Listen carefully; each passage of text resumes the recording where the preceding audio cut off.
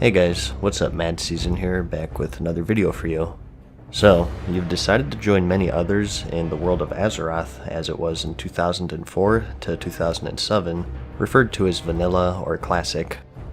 I'm sure you have many questions, the biggest of them probably being what class should I play? As you would imagine, classes have changed and evolved in a huge way over the years, almost unrecognizable from Classic to current. So in this video, I'd like to give a brief rundown of each one and go over their roles, responsibilities, niches, perks, and just how they played as a whole. Now, this is a pretty exhausted subject on YouTube, I think. Class guides are all over the place, but something I've noticed is that they're usually more aimed for the hardcore audience, with most of the talk being about the endgame and tier lists for DPS, healing, or tanking, aimed more at people who've maybe played on private servers for the past several years, or at least have a base knowledge of the game in its vanilla state. So since that's been covered really well by people much more knowledgeable than I, for this video I want to take a much more casual approach, assuming that the last time you played Classic was 12 years ago, or maybe you never had the chance to play it at all. I'll go over each class in the endgame and talk about their responsibilities and what roles that they generally landed in, but I won't go super detailed and get into spreadsheets or anything like that. So if you're looking for a very high level detailed guide with class rankings and whatnot, you probably won't find this video very enlightening. But if you just had the thought of, I'm not sure what class I want to play, let me search YouTube, this might be helpful to you. At least that's what I hope.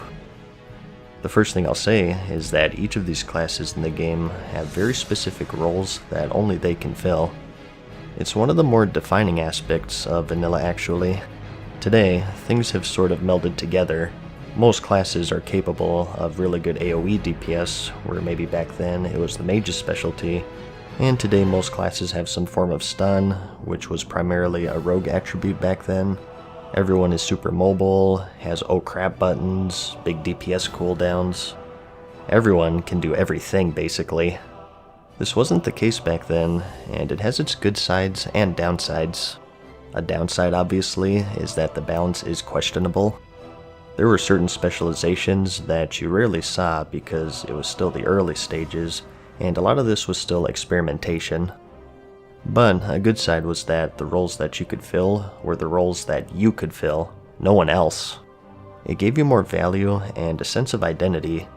People saw different classes join, and they reacted differently.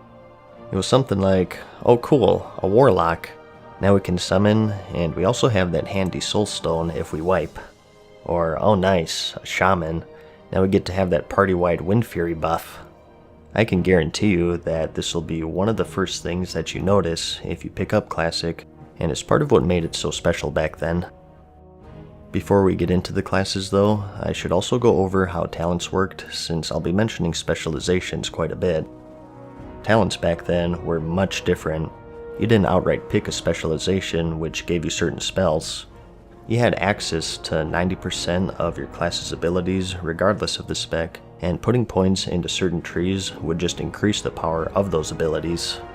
For example, as a mage who has more points in the Frost tree, you still have Fireball, Fire Blast, Scorch, and Flame Strike and whatnot, but they just won't be as powerful as they would be if you had more points in the Fire tree. So later on, if I say Fire Mage or whatever, try to disassociate that with today's system where for the most part, Fire Mages just have fire spells, or only Assassination Rogues have poisons. Your toolkit is tied to your class, not your specialization. I just wanted to mention that, since it's one of the more confusing things for those who never played before the Cataclysm expansion. So, in no particular order, let's start with the Warlock.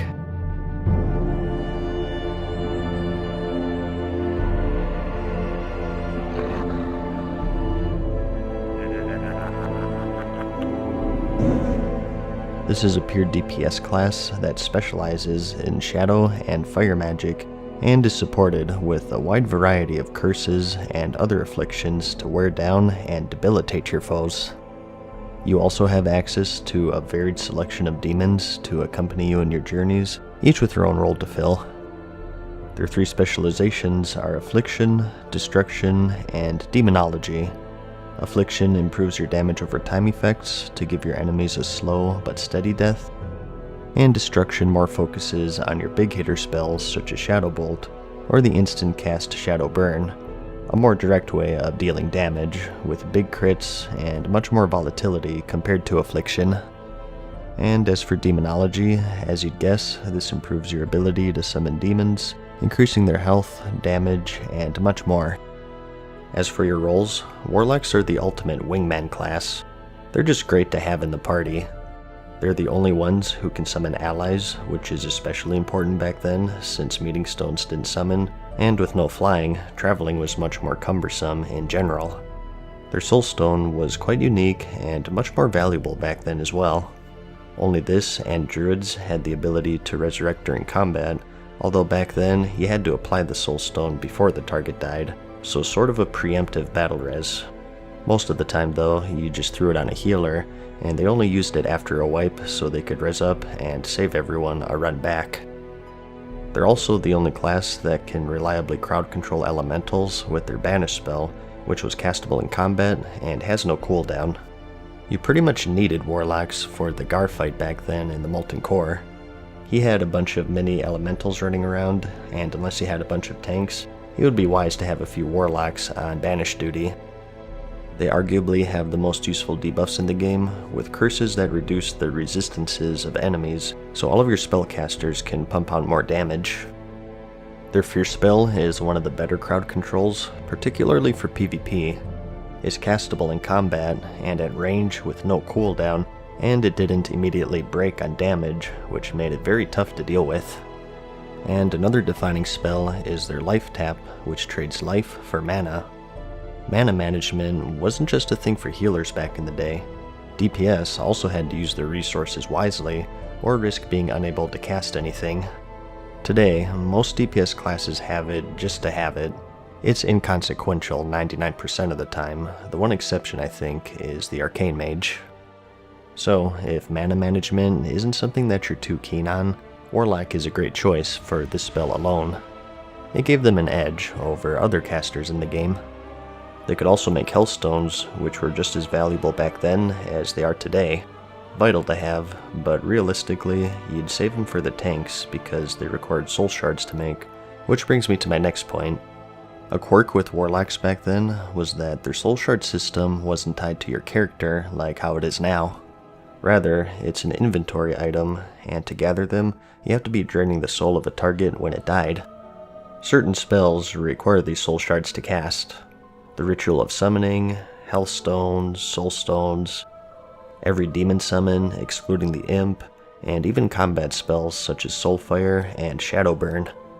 These took up an inventory slot, and back then, as infamous as it was, they didn't stack, so you were constantly playing this game of keeping an ample amount of these shards to make sure that you could cast all of your spells and make your stones and whatnot, and at the same time trying to save space for quest items and loot. So, some will find that aspect frustrating, but they're just so useful to have that it's completely worth it, I find. If your goal is to make friends in this game, I always say to make a tank, a healer, or a warlock. Any of those, and your friends list should fill up pretty quickly, because people will always want you around.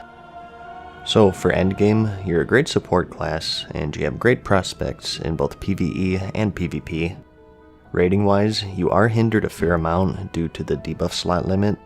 Back then, your whole raid was limited to 16 debuffs on one target, so being a class that has a wide variety of damage over time spells and other debuffs, you may feel quite restricted in the raiding scene.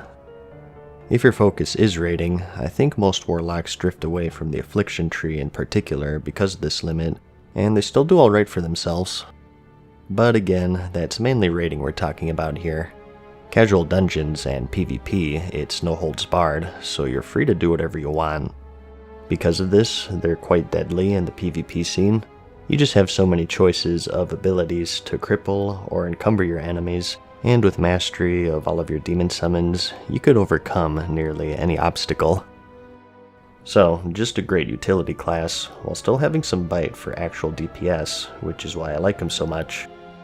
Since we're talking about DPS here though, another hugely different thing in Classic we need to talk about was threat. Today, it's really just the tank's responsibility to hold aggro on everything, and pretty easily done at that. You taunt it, and you have it forever unless you forget to press buttons. However, back in vanilla, it was more of a group effort. Remember that old Onyxia wipe animation? Going to DPS very, very slowly. Now. And by slowly, I mean fucking slow. If you get aggro, it means you're going to lose 50 DKP because you didn't know what the fuck to do. He wasn't joking. Threat was much harder for tanks to get, and if the DPS went balls to the wall, they could very well rip aggro from the tank and wipe the entire raid. My guild personally did the 3 Sunder rule. Warriors had the Sunder armor ability, which was the main threat generator, and it stacked to 5, and usually when they got to 3, you were okay to start DPSing. Not necessarily pop all of your cooldowns and go ham, but you could at least start to ramp up at this point. So you have to take this into consideration when talking about DPS. Warlocks do great damage in the later tiers. Their shadow bolts hit extremely hard, but the downside is that they have little to no way of reducing their aggro other than just not attacking. There is an argument to be had between having medium damage and good aggro control versus high damage and no aggro control, so definitely consider that if you're looking for the class that deals the most damage. It's a double-edged sword.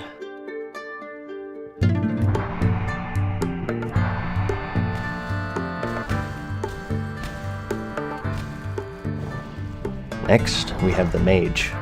Anyone who's played RPGs before should know the basic gist of this class. You wear dresses, and you command the power of Frost, Fire, and Arcane to freeze, incinerate, and disintegrate your foes. Their playstyles are quite varied. Fire Spec is more based on huge bursty damage to kill your enemies in the blink of an eye. A lot of the old PvP videos, you'd have what were called 3-minute mages, where with cooldowns, you'd be able to insta-get people with giant pyroblasts. It's pretty much the definition of a glass cannon though, and you forego defense for the sake of all-out offense. If that's not your style though, you also have Frost, which is much more methodical and more catered towards defense through slows, roots, and barriers. You have much more control in general compared to the Fire Spec. And as for your Arcane School, this is where a lot of your utility spells lay. Just to throw out some examples, you have some supportive spells such as your Arcane Intellect, the ability to dampen and amplify magic.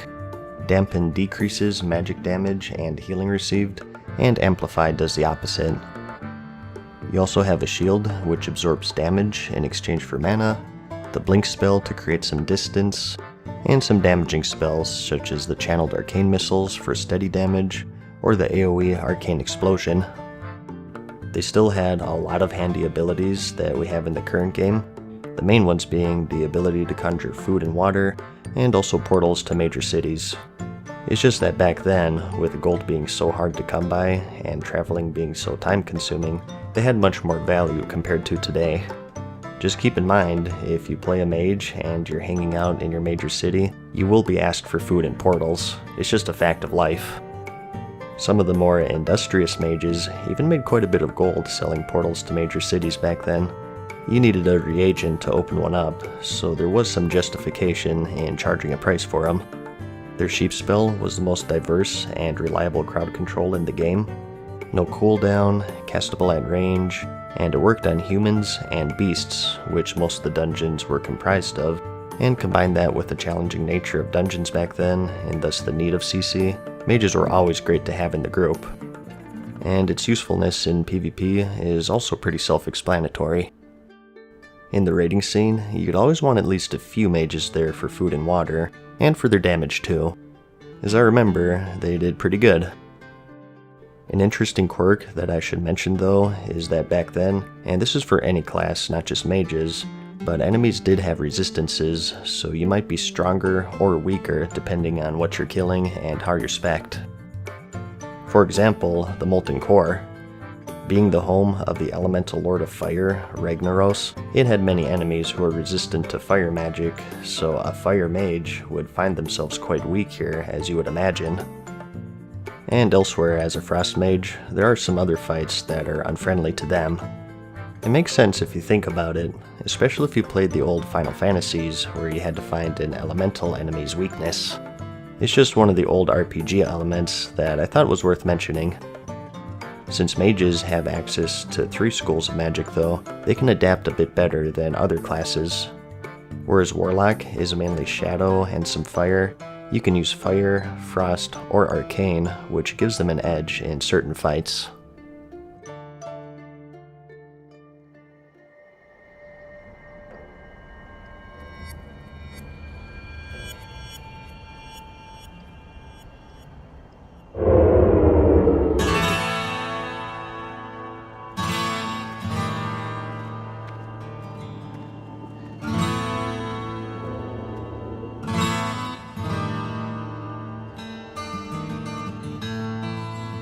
The rogue's proficiencies lie in stealth, subterfuge, and assassination. They have a wide arsenal of stuns, slows, poisons, and other debilitating effects to ensure that they're always in firm control of any skirmish that they come across. That is, if they so choose to engage. Being just one of 2 classes to have the stealth ability, the rogues have the advantage of staying in the shadows and striking or disengaging when the time is right. Just the sound of a stealthed rogue nearby is enough to send chills down a player's spine, because they know that they're being stalked, and at any moment you'd hear this.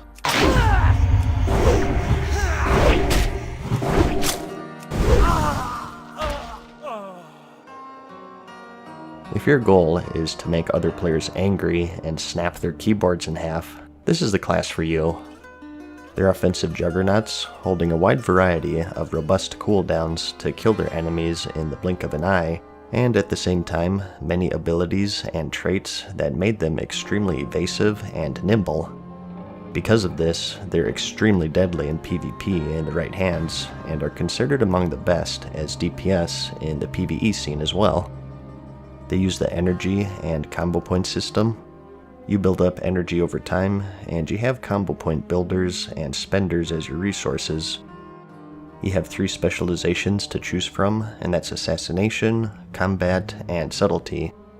The Combat Rogue is a toe-to-toe swashbuckler designed to simply overpower your target, typically focusing on one-handed swords or maces, but there were some dagger builds as well. Usually though, if daggers were your weapon of choice, most of your points would land in the Assassination or Subtlety trees. Assassination increases your burst damage and improves your poisons, and Subtlety refines your stealth and your ability to sneak through the shadows, as well as giving you more cooldowns to set up more efficient kills. As for some of your specialties, you have the ability to pick locks, which can make certain dungeons easier or let you open up lockboxes. This is another skill that players would make gold from, offering to open lockboxes for a small sum. Another quirk with them was that to use your backstab or ambush abilities back then, you actually had to be behind your target. It does make sense, it is called backstab after all. So positioning was key, and if you or your opponent was lagging, PvP would be quite tricky to pull off sometimes. And as for leveling, as you would imagine, most rogues would invest points into the combat spec. It's hard to backstab when enemies are constantly facing you. They're also the only class that can disable traps, making them quite good for PvP, but even in certain areas in PvE as well. They have a wide variety of poisons at their disposal, as I said. In Classic, he actually had a whole profession to craft them. Direct damage, damage over time, slow, healing reduction, casting speed increase. Pick your poison. They're applicable on the fly, so you can adapt to any situation that's presented to you. And going into more detail with their evasiveness and defensive capabilities, you have Sprint, which increases your movement speed, Evasion, which increases your ability to dodge, and Vanish, which immediately puts you in stealth to hide yourself from your enemies. With these cooldowns, you can escape just about any situation, which is another reason why they're so deadly in PvP. Being able to choose your fights gives you such a huge advantage. Compared to other classes, they don't have as much utility in the realm of group buffs or long-lasting crowd control. Their weaknesses are they're cooldown dependent, And as far as everyday dungeon crowd controlling is concerned, they just have sap, which is only usable on humanoids, and without a certain talent, it breaks you out of stealth upon cast, which also makes it quite dangerous. I remember back then, sometimes to get in groups, people wanted me to have points in improved sap, but since it was quite deep into the subtlety tree, I never had it since it would hurt me in raiding. And respeccing back then was very costly. Their main saving grace is that their kick ability was the most reliable interrupt in the game, having a short cooldown and castable anytime as long as you had the energy. But where they maybe aren't as useful compared to a warlock or a mage in group utility, they make up for in pure raw damage. They're famous for being one of the powerhouses of vanilla, and one of the reasons for that is because they excel at aggro control. They have the feint and vanish abilities in their toolkit, which complements their potential for high DPS really well because you have more freedom with how much you can actually attack without pulling aggro and wiping the entire raid. That's the main reason why I liked rogues so much back then, and why I rated as one for most of vanilla. So, PvE or PvP, you just can't go wrong with them. Truly a class to be feared when played properly.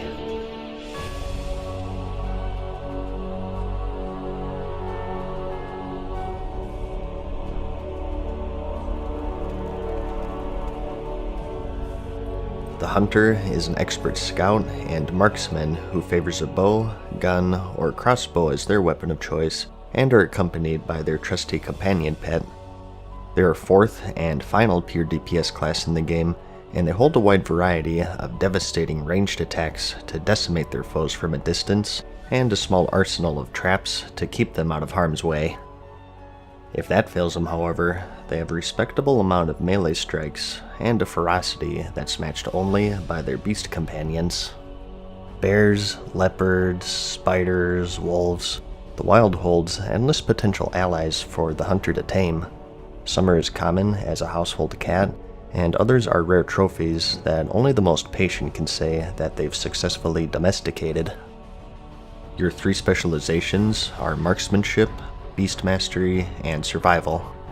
Marksmanship, as you'd guess, improves your ability to attack from range, providing increases to your various stings, and even the aimed shot ability, which is a skill that takes a few seconds to line up a devastating hit. Beast Mastery improves your animal companions and your bond with them, providing benefits for both the hunter and the pet. A signature spell being Bestial Wrath, which turns your pet into an unstoppable killing machine. And as for the survival tree, this houses many improvements to your traps, melee attacks, and just improves your control in general and your ability to kite. A highlight being your Wyvern Sting, which is a ranged attack that puts your target to sleep. Some of the unique things going on with them that you may have heard is the fact that they need ammo to fire their weapons. This was taken away in the Cataclysm expansion, but for bows and crossbows you needed arrows, and for guns you needed bullets to be able to attack. To help keep your bags clean, you also had access to special ammo pouches or quivers, which typically had higher capacity and also a boost to your ranged attack speed. You also had the ability to equip melee weapons in addition to your ranged. Since hunters really shined at range, these were mainly sought after for the stats more than anything. You may have heard people jokingly referring to every single weapon in the game as a hunter weapon. This is due to their tendency to take melee weapons with little regard to their comrades, even though they don't really use them, either due to selfishness or blissful ignorance. As for the pet system, this was also quite different at the time. Nowadays, pets share the same stats and DPS regardless of what you tame, but back in vanilla, each pet had unique stats. Some were more tanky, some had a really high attack speed, or maybe a slow speed but with high damage, or maybe they had certain unique abilities. For example, the turtles had a nice shield wall, which made them quite nice for tanking enemies, and only the boars had a charge, which would root enemies in place for a second, and wolves had a howl, which would increase the damage of party members, and so on. There's way too many to list. The way you learn these skills was also pretty unique. Certain pets had certain ranks of these skills, and if you battled with them enough, you'd gain the ability to train their skills to other pets. It used skill points, and you had all sorts of abilities and buffs to choose from and customize your pet. Armor increases, certain resistances, and so on. You also had a happiness meter that you had to keep track of. There are 3 levels: unhappy, neutral, and happy, with a damage modifier of 75%, 100%, and 125% respectively. It decreased over time and was only increased through feeding your pet certain foods, and if your pet was unhappy for too long, it would actually abandon you, funny enough. How often you had to feed your pet was affected by the loyalty system, which was another quirk that they had. The longer you journeyed with your companion, the more loyal it became to you, and the less you had to feed it to keep it happy, and it goes on and on. It really had some Pokemon aspects to it. It was quite complicated back then, so it was kind of funny that newer players were often pointed towards Hunter as their first class. That's because they were easy to play at a very basic level, but looking past that, they're actually one of the hardest classes to master, I think. A contributing factor to that being their dead zone. Basically enemies who are too far to melee and too close to shoot. That's right, if enemies got up in your face, you're forced to bust out your melee weapons and deal with them that way, or find a way to get some range between you. This is pretty easy if you have a pet to taunt it off of you, but up until level 10 you're on your own, so it's a pretty tricky thing to deal with, especially in PvP. It's a constant battle of keeping other players out of melee range, and you can really notice as clear as day the difference between a good hunter and a bad hunter in a PvP setting. Another unique thing they have are traps. You do still have some of these today, depending on your spec, but I think the best way to put it is back then they were much more substantial, and that's because they were vital in keeping distance between you and your enemy, so with the removal of the dead zone, they kind of faded into the background. But back then, you had to master these things if you wanted to be a decent hunter. You had the normal freezing trap, which as you'd guess froze targets, and you also had your frost trap, which was your AoE slow, and there were some damaging ones. Immolation for a single target dot, and explosive for AoE. A cool set of abilities that helped define the class. And I mentioned this earlier, but hunters back then used mana as their resource, which will take a lot of people by surprise, I'm sure. So no more focus, which means proper mana management becomes an important aspect of the class as a whole. As for your endgame rolls, your DPS obviously, they aren't the most damaging in endgame rating, but they make up for it by bringing some great utility. You had Aspect of the Pack, which was a group-wide speed buff, the True Shot Aura, which was a group-wide attack power buff, Tranquilizing Shot to dispel enrages, and with your Eyes of the Beast, you made excellent trash and boss pullers, and with your tracking you could pinpoint the location of certain enemies. It was very common to have hunters as raid leaders back then, and it makes sense. They're the forward scouts of the game, leading their comrades through dangerous enemies and obstacles. They had great aggro control with their Feign Death ability, so if threat control is one of the more scary aspects of vanilla for you, they handle it quite nicely. Probably as good as rogues, if not better. And in PvP, they were quite deadly if they knew what they were doing. They were a threat to everyone. Any melee if they knew how to kite, healers with their mana drain, and even casters if they had the right pet pushing back their casts. I think if you had to pick just one class to describe as easy to learn and hard to master, it's the Hunter.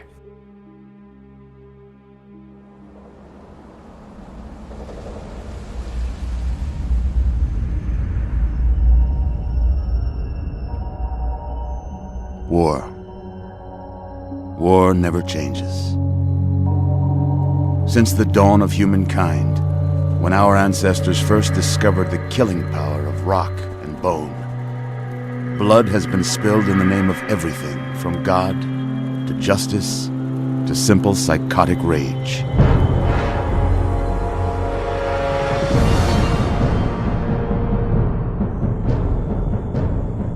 The quintessential melee class of any RPG, the warrior is a heavily armored juggernaut who doesn't rely on cunning nor magic. Rather, they favor their combat prowess and the hefty weight of sharp steel to cut through their enemies. Whereas the cowardly hunters, mages, and warlocks take to running from their enemies, the warrior is the one who chases. No tricks, no ambiguity, just pure raw strength and a thirst for blood. Whether it's your enemies or your own is inconsequential, and that's because a unique thing they have going on is their rage system. Through attacking or being attacked, you generate the rage resource, which you build up over the course of a skirmish and spend on devastating melee attacks. Their 3 specializations are Arms, Protection, and Fury. Arms focuses mainly on improving your skill with two-handed blades, and some traits that focus on bleeding your enemies to death. It's generally the go-to for PvPers, with their biggest spell in this tree being the Mortal Strike, which reduces the effectiveness of healing, making them one of the few classes to counter healing in the game. Protection is their tank spec. They forego the two-hander for a sword and board, and focus on getting threat on enemies and soaking up damage. And Fury is pretty self-explanatory. This spec has a focus on dual wielding, and you buff yourself through the power of rage, getting some buffs from being hit, and sacrificing some survivability for damage. And although I did say dual wielding there are some builds that use two-handers in the Fury tree. One of their weird quirks back in Classic is their different stances. You have 3 of them, and that's Defensive, Battle, and Berserking. Each one has their own perks. Defensive increases your threat and reduces your damage taken, but it also reduces your damage dealt. As for Berserking, this gives you some crit, but increases your damage taken, and Battle Stance is middle of the ground. No benefits nor detriments. You also had certain abilities that you could use in certain stances. Some examples would be Disarm, which is only usable in defensive, Overpower, which is battle stance only, or an Interrupt Shield Bash, which is usable in both battle and defensive stances. Particularly in PvP, it can make for a hectic time weaving between these 3 stances and adapting to what's going on around you, and since you lost all of your rage when switching, it was something that was pretty tricky to master too. You may have heard the term stance dancing before, and it's something that you'll have to learn for both PvE and PvP. So, not only are they relentless, but they also do very well at adapting to their surroundings and can buff their offense or defense on the fly. Damage-wise, they can really pump it out, and some see them as the best. Again, with quotes around best there, because like some other classes, a downside is that they don't really have any way to get rid of aggro. So you have to be very careful at the same time. And as for tanking, a lot of you probably know that warriors are the tanks for vanilla. In full plate and with a shield, they're just unbeatable at soaking up damage. Whether it's passive or active mitigation, they're the kings of Classic, and at the same time, with their huge arsenal of taunts and threat generators, they also excelled at holding aggro, which wasn't so easy back then. The better your tank is, the better your raid is, because your DPS can let loose a bit more, and single target or AoE, warriors were great at holding aggro. And if you want to play one for damage, PvE or PvP, you can't go wrong.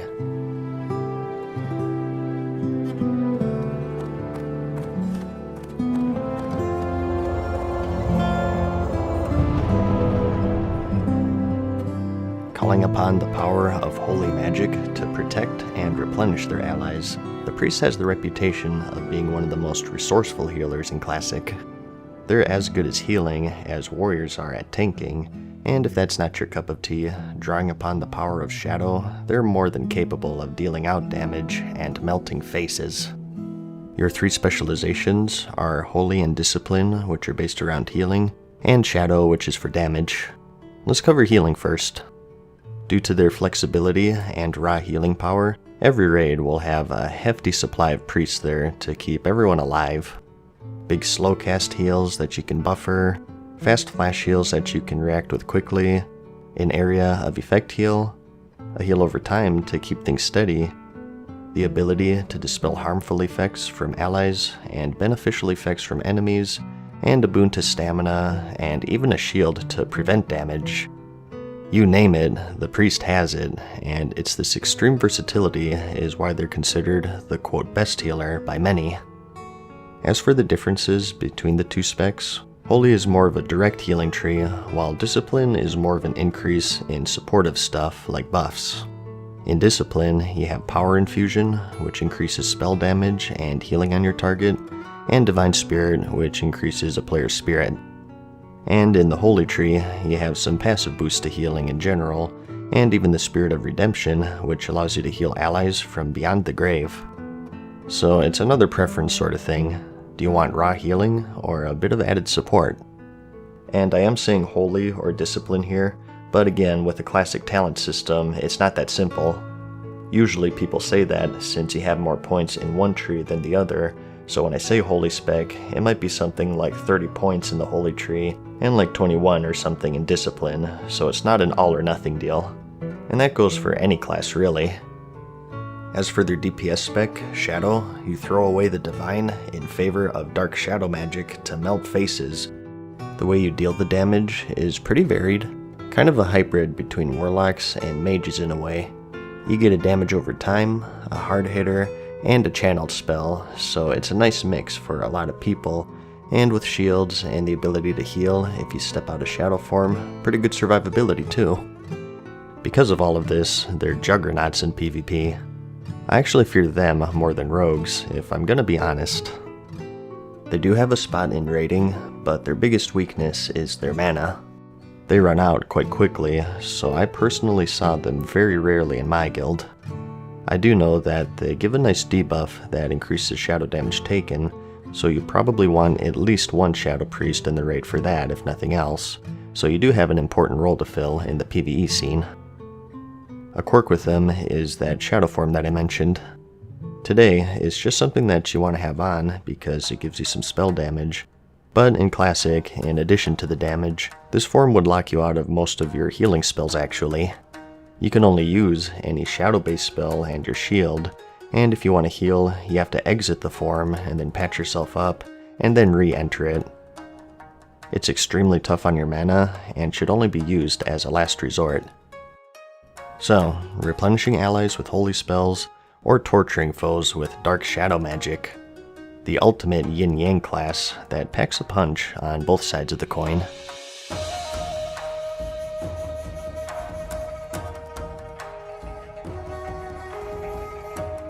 The jack of all trades and the master of none, the druid is the ultimate hybrid class of the game. Being one with nature itself, they can take on the form of many different beasts to adapt to any situation.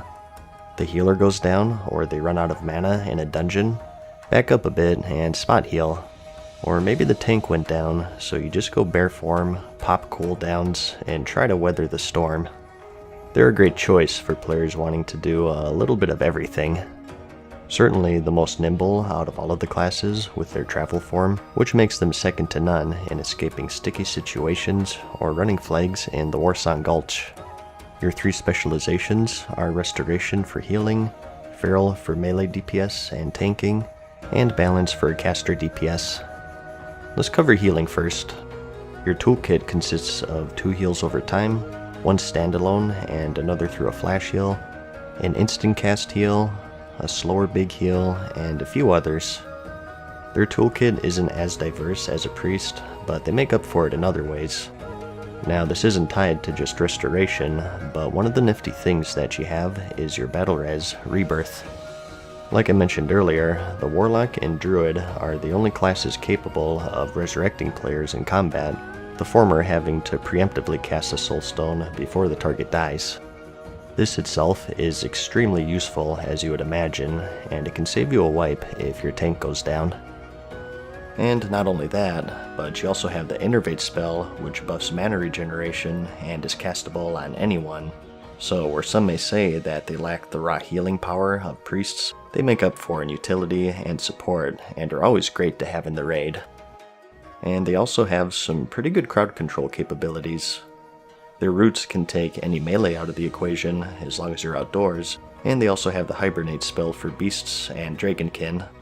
And they also have the Mark of the Wild, which is a pretty important buff, increasing your armor, attributes, and resistances of you and your group mates. Another quirk with them, this time a negative though, is that they don't have a normal out-of-combat resurrect, believe it or not. In raiding, it doesn't really matter because you're gonna have priests and paladins anyways, but for dungeons, if you had a druid healer, you had to sort of account for that and make sure that you bring a class that's capable of rezzing, such as a paladin or a shadow priest or something. My first character that I leveled back in 05 was a paladin, and the first group of friends that I made had a druid healer, so they'd always bring me along for my charming personality first off, but also because I could actually resurrect out of combat. So just something to keep in mind. It is a turnoff for a lot of people. Another thing I should mention, and this was true for any class with heals over time, is that a player can only have one of these active on them at any given point. That's right, if you had 2 druids, only the most potent rejuvenation would stick on your target, and the weaker one would get a message saying that a more powerful one is already active. This limit would only be removed in patch 2.0.1, which was the Burning Crusade pre-patch. I don't want to say that druids were built around these heals over time back then, as they are now. I mean, they only had 2, but they were the ones who were the most affected by this one hot limit, so they do take a hit there. As for the feral spec, this is a little tricky since it's for tanking and DPS. This tree buffs your bear form for tanking, and cat form for DPS. In bear form, you get rage just like a warrior, and you maul your enemies to death basically. They have a lot of trade-offs compared to the warrior.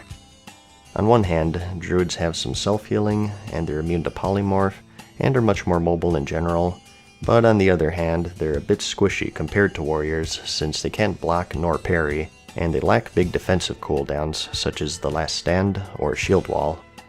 But on your mutant third hand, they have the ability to step out and decurse, battle res, or innervate when needed, so it's whatever your preference is. As far as raiding is concerned, people generally defaulted to warriors over druids. You will see druids tanking certain fights, but since warriors are so good in general, they kind of take the back seat to them. As for your cat DPS, similar to the rogue, you use the energy and combo point system. Very similar abilities to the rogue, with bleeds and backstabs and whatnot. And rating wise, they kind of have a similar thing going on here though. They have their roles certainly, but they don't scale the best as I remember, so you may find it harder to get into a raiding group compared to, say, a rogue for instance. As for balanced druids, you summon the power of nature itself to take down your enemies, and buff your nature and arcane abilities such as Moonfire, Wrath, and Starfire. And if you invest enough points into the tree, you get the Moonkin form, which gives you and your party members some spell crit. If your concern is raiding, they fell under the same curse as Shadow Priests. Their biggest weakness is that they ran out of mana quite quickly. Their Moonkin form is jokingly referred to as Oomkin because they'd constantly be out of mana. So, you know the saying, the jack of all trades and the master of none. It's not without its downsides. While they are technically capable of several roles, a lot of the times in regards to raiding, they fall into healing primarily. But that is just talking raiding there. I'm sure a lot of you don't even plan on doing that endgame, maybe preferring PvP or just some casual dungeon running. If that's the case, you have a bit more freedom in a lot of ways, so you should follow your heart and do what you want. Well, you should do that anyways in fact, and with the druid, you have a lot of options in that regard since they're so versatile. The kings of support in my book.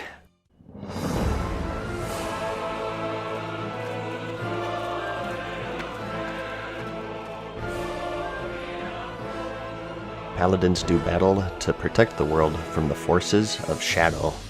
Powerful warriors in their own right, they can also call upon the light to heal wounds, create shields of force, and incinerate evil creatures. At least that's what their official description says. You wear heavy plate, and judging from your spellbook, you have a strange infatuation with fists and hammers. You're the judge, jury, and executioner, with emphasis on the latter. And your 3 specializations are Retribution for DPS, Protection for tanking, and Holy for healing. For Retribution, you pick up a 2-hander and unleash some righteous smiting on your enemies, and for Protection, you pick up a sword and board, and with the power of light, protect yourself and your allies from harm. And with Holy, you call upon the power of, well, holy magic to keep your allies alive. This class has also changed quite a bit over the years, rivaling the Hunter even. Some of the cool quirks that you have are your blessings.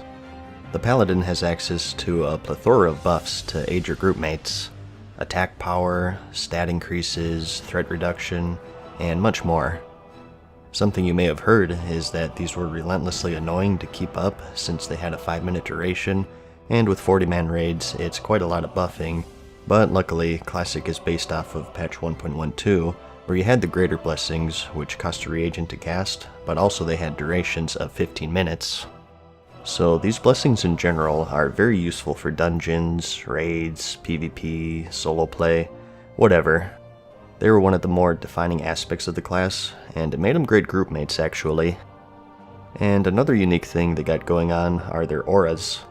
These are party-wide buffs that increase armor, resistances to certain schools of magic, a thorns buff that deals damage to attackers, and so on.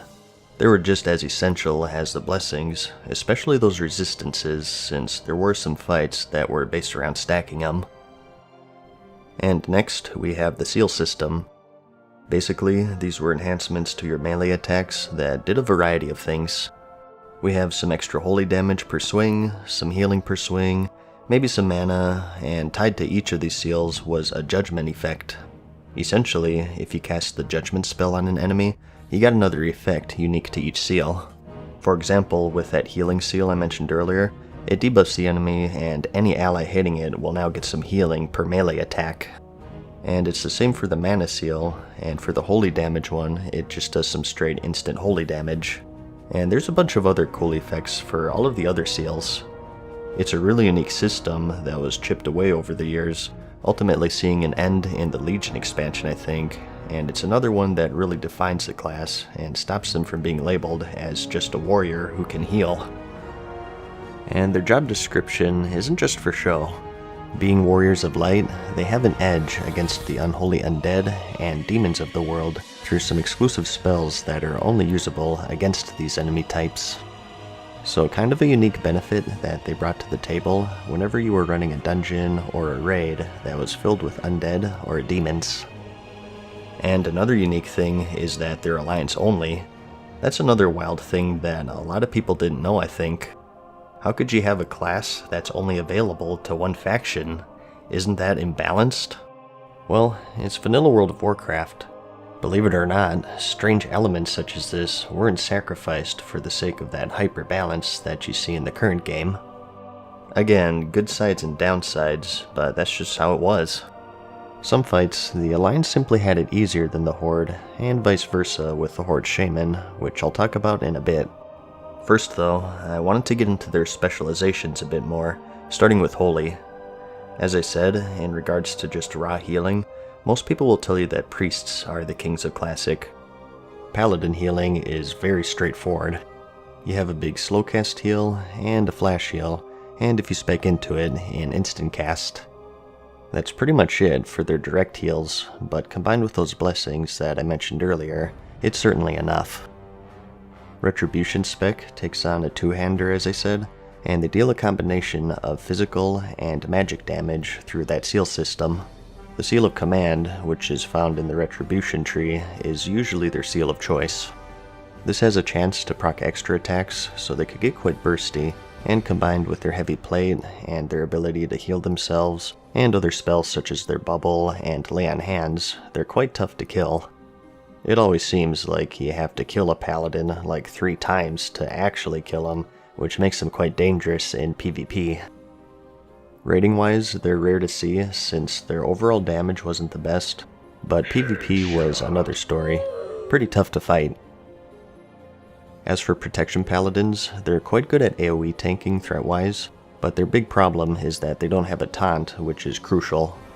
If enemies got off of them, it's a struggle to get them back, and it's something that gets worse over time as your DPS gets more and more geared.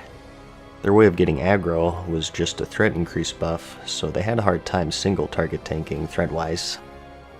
And since they of course use mana as their resource, running out is always a danger that you have to keep in mind.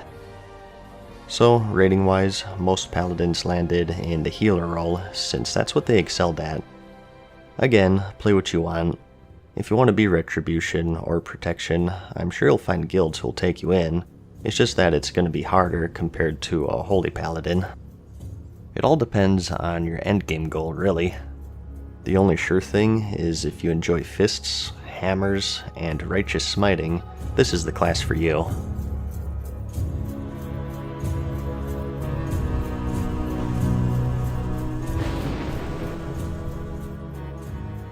Commanding the power of earth, fire, wind, and water, shamans manipulate the elements themselves to their will.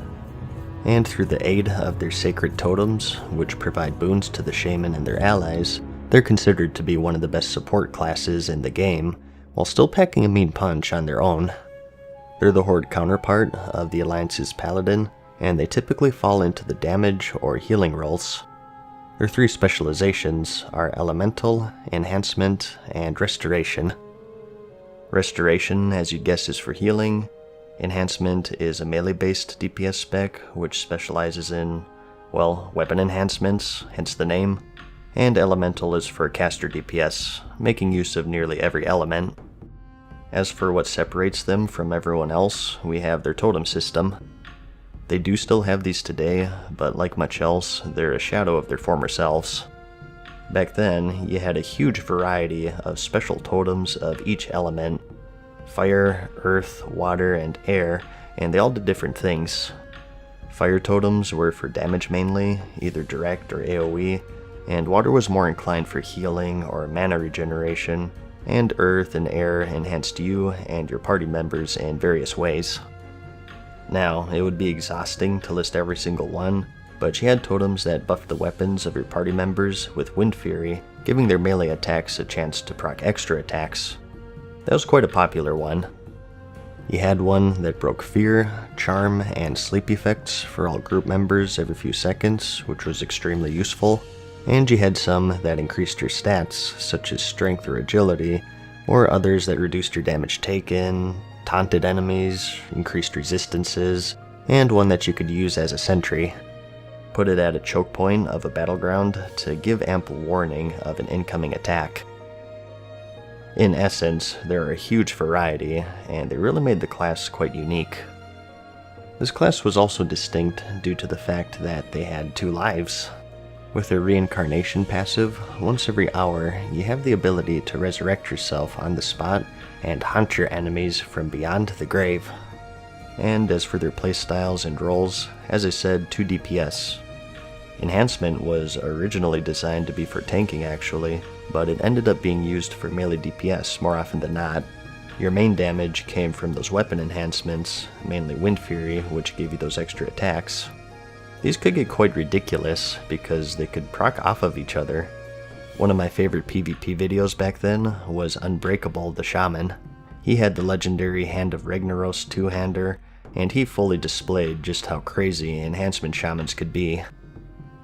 Now, it is sort of a slot machine. Most fights didn't end with a single swing, so just keep in mind the power of video editing, but some people like that style because it's really satisfying when the stars do align and you just chunk your enemies. There are other choices though. You have Rockbiter, which increases melee attack power, but also threat, a remnant of their intended role of tanking, and also Flame Tongue, which gives some extra fire damage, and Frostbrand, which deals some frost damage, and also slows enemies. It's not just all auto-attacking though.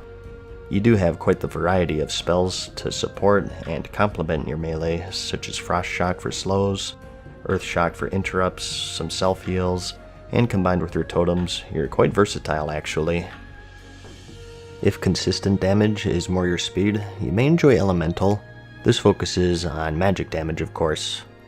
They're still bursty and they pack quite a punch, but compared to Enhancement, it's more controlled through the use of cooldowns and trinkets. Their big one being their Elemental Mastery buff, which made you see some big numbers. A more durable caster DPS with their ability to wear mail armor, and with their Ghost Wolf form and various slows, pretty slippery too. As for heals, we have the Restoration spec. You have the normal stuff that you'd expect.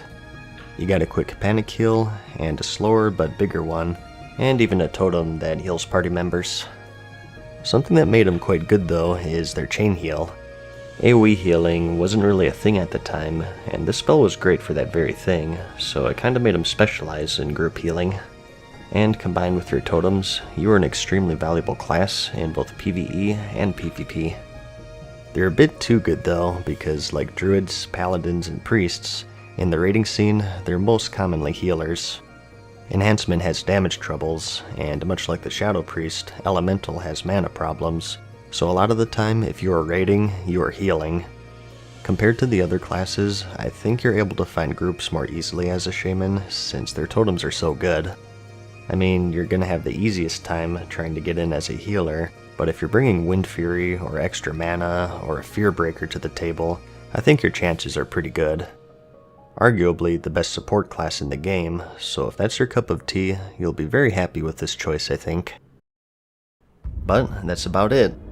Those are all 9 classes of vanilla World of Warcraft. Their strengths, their weaknesses, and just the weird quirks that they had back then. I hope that this video at least gave you a general feel of how they all play and what roles they fill. Again, I didn't want to go too hardcore with endgame and DPS or healing rankings because I just wanted to cover their playstyles more and the things that made them unique. I mean, this video is nearly an hour long already, so I probably went on for too long anyways. It's kind of funny how I set out for this to be a casual guide, but here we are at 50 minutes, so I guess I'll just sign off here. Do what you will with the information I provided. I hope that it helps you in narrowing down your choice for whatever you want to play. Check out the comments, as people usually have useful information that I missed or got wrong. And the next question is usually, well, what race should I pick? Well, say no more. Luckily, I already have full guides for that made for both the Horde and the Alliance. Some races do synergize well with these classes more so than others, which may or may not be important to you. If it is, I'll have some links for you in the description of this video, so feel free to check those out. I hope you found the video helpful though, like it if you liked it, and I'll see you in the next one. Peace.